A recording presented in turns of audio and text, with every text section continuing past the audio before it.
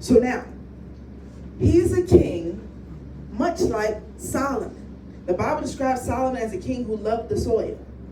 He had lots of vineyards and farms. He liked working the earth. There was one of his descendants also loved the soil. Your father, who's a king, loves the soil. Amen. And we're not just talking about the natural earth, though he does love the natural earth. The soil of the earth. He loves the soil of people's hearts. He loves the soil of lives. This is why we see the kingdom being established on the concept of sowing and reaping. Because he loves the soil. So what does that mean? As his daughter, he's going to need you to work the earth.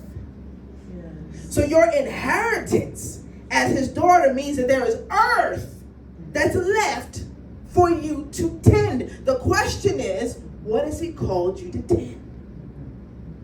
And remember, he's multifaceted.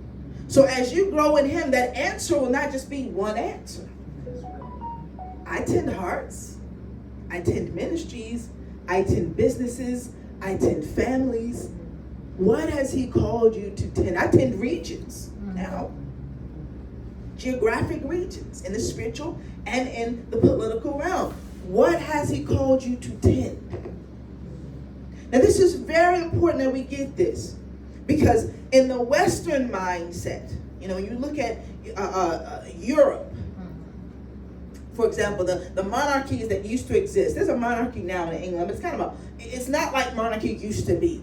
But if you look at, the monarchy like before the United States even existed, a monarchy in England, monarchy in France, those type of monarchies, there was a caste system where there was the king and there were the nobles in his court. And the nobles in his court were given responsibilities throughout the kingdom. Yes. But if you weren't a part of the nobility in the court, you didn't ever get an audience with the king. You had no rights unless a noble spoke for you and brought your grievance before the king. Right. And if you were a woman, a queen, or a princess, you were to be seen but not heard.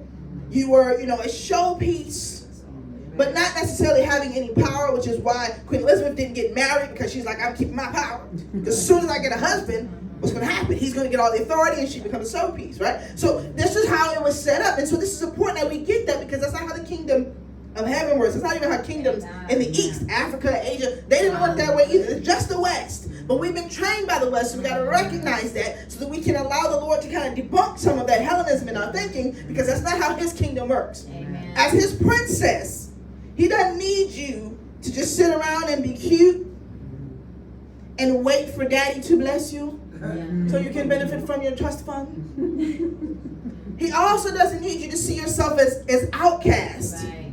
as a slave who does not have audience with the king. Amen.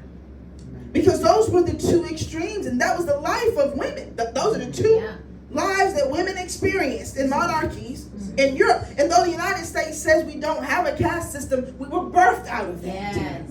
So it still exists in our mind. Even our weddings, the weddings that we have were the weddings of the monarchs. The regular people didn't get married like that.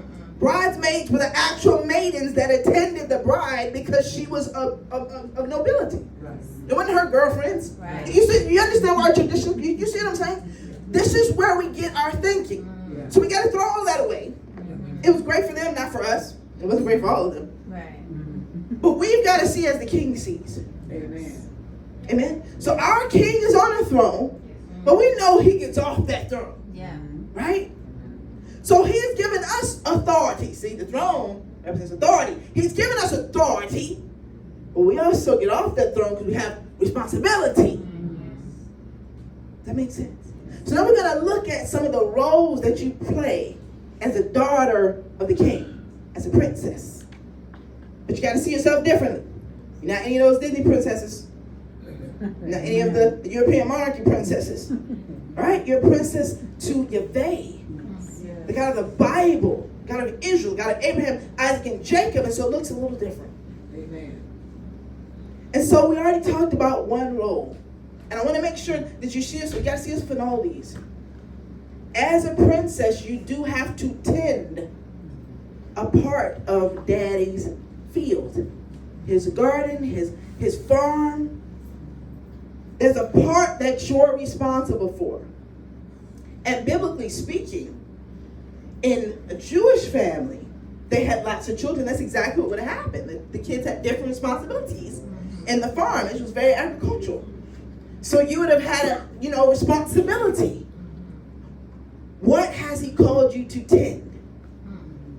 Tend it well, because he'll then give you more responsibility. He'll give you greater responsibility, more to tend. Right? When you do a good job, tend it.